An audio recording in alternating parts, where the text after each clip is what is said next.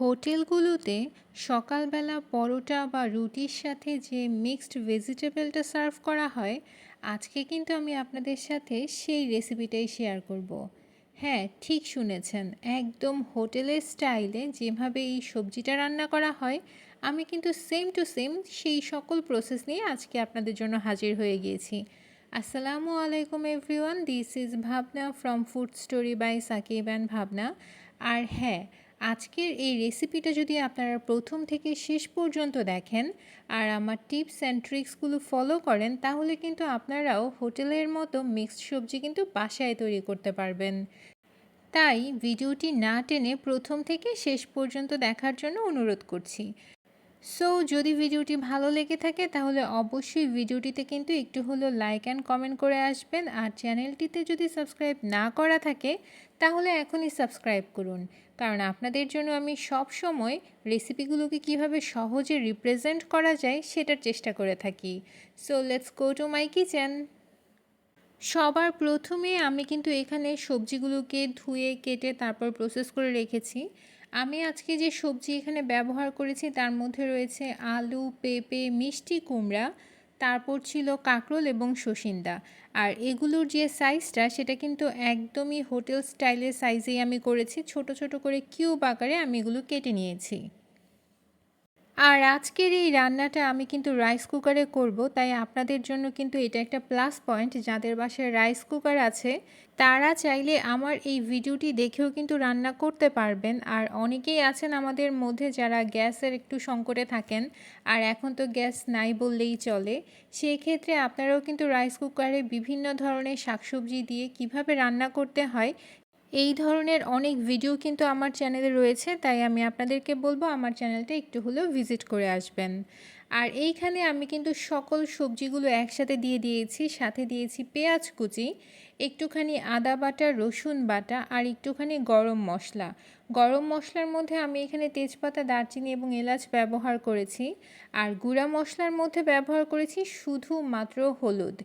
Yes, আপনারা ঠিক শুনেছেন, রেস্টুরেন্টে বা হোটেলে কিন্তু এভাবেই সবজিটা রান্না করা হয়। শুধুমাত্র হলুদ এবং তেল দিয়ে আমি সব কিছু খুব ভালোভাবে এখানে মিক্স করে নিচ্ছি। আমার রাইস কুকারটা কিন্তু এখন অফ আছে, আমি এখনও অন করিনি। আমি সব কিছু ভালোভাবে চামচ দিয়ে মিক্স করে নিয়েছি। আপনারা চাইলে হাতের মাধ্যমে এটা করতে পারেন। আর তারপর রাইস কুকারটা অন করে 5 মিনিটের মতো আমি এই সব কিছুকে একটুখানি কষিয়ে নিব। সবজিগুলো যখন কষানো হয়ে যাবে এই পর্যায়ে আমি পরিমাণ মতো পানি এখানে অ্যাড করেছি।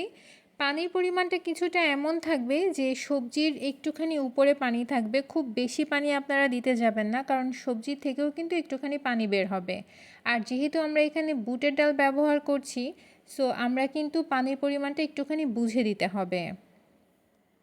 এইখানে যে বুটের ডালটা ব্যবহার করা হয়েছে এটা কিন্তু 50% সিদ্ধ করা ছিল, অর্থাৎ আমি এটাকে আলাদা করে বয়েল করে নিয়েছিলাম। আর আমার যে ভেজিটেবলটা আছে সেটা যখন একটুখানি বয়েল হয়ে যাচ্ছিল, অর্থাৎ 50%-এর মতো যখন বয়েল হচ্ছিল, সেই পর্যায়ে আমি এখানে বুটের ডালটা এবং কাঁচামরিচ দিয়ে এটাকে একদম ভালোভাবে সিদ্ধ করে নিব। আমার যে সবজিটা আছে সেটা কিন্তু অলমোস্ট রান্না হয়ে গিয়েছে, আর এই পর্যায়ে আমি বাগার দিব। যেহেতু আগেই বলেছিলাম হোটেল স্টাইলে দেখাবো, সেই তো একদম সম্পূর্ণ প্রসেসটাই কিন্তু হোটেল স্টাইলের মতো করে দেখাচ্ছি। সবার প্রথমে আমি এখানে তেল দিয়ে দিয়েছি, তারপর দিয়েছি শুকনা মরিচ। শুকনা মরিচটা আমি একটুখানি ছিঁড়ে ব্যবহার করেছি। শুকনা মরিচটা একটুখানি ভাজার পরে আমি এখানে রসুন কুচি ব্যবহার করেছি। রসুনটাও যখন একটুখানি ভাজা হয়ে যাবে এই পর্যায়ে আমি পেঁয়াজ কুচিও এখানে ব্যবহার করেছি। পেঁয়াজটা যখন নরম হয়ে আসবে তখন আমি এখানে একটুখানি কালো জিরা আর একটুখানি মেথি দিয়েছি। আপনারা চাইলে এই ক্ষেত্রে 1 চামচ পাঁচফোড়ন এখানে দিতে পারেন, সেটাও কিন্তু খেতে খুব ভালো লাগে। আর আমি কিন্তু এখানে আমার যে পেঁয়াজ এবং রসুন আছে সব কিছু খুব ভালোভাবে কিন্তু ভেজে নিয়েছি। পেঁয়াজ আর রসুনটা যখন একটুখানি ভাজা হয়ে যাবে এই পর্যায়ে আমি এখানে একটুখানি হলুদের গুঁড়ো আর একটুখানি মরিচের গুঁড়ো কিন্তু অ্যাড করেছি। আর এখন এই মশলাটাকে খুব ভালোভাবে ভেজে নিতে হবে, কিন্তু অবশ্যই খেয়াল রাখবেন মশলাগুলো যাতে পুড়ে না যায়, সেই জন্য একটুখানি নাড়াচাড়া করেই মশলাটাকে ভেজে নিতে হবে।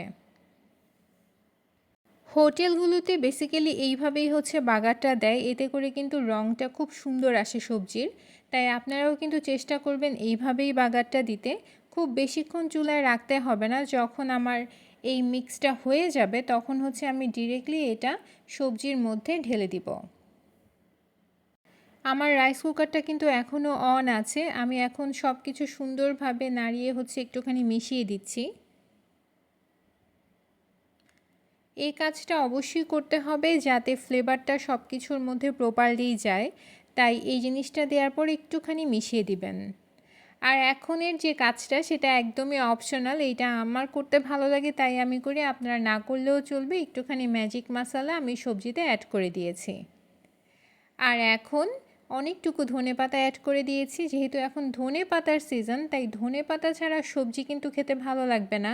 তাই অবশ্যই চেষ্টা করবেন ধনেপাতা এখানে অ্যাড করার। সব কিছু মিশিয়ে আবার একটুখানি নেড়েচেড়ে দিচ্ছি। আমার রান্নাটা কিন্তু অলমোস্ট কমপ্লিট হয়ে গিয়েছে। আর আমি এখন রাইস কুকার থেকে এটাকে নামিয়ে নিব। দেখতেই তো পাচ্ছেন একদম মাখা মাখা বুটের ডালের ঝোলে কিন্তু এই সবজিটা রান্না করা হয়েছে, ঠিক যেন হোটেল বা রেস্টুরেন্টের মতো। আর এই জিনিসটা কিন্তু খেতেও খুব দারুণ হয়। আমি এখন এটাকে সার্ভ করে আপনাদেরকে দেখিয়ে দিচ্ছি।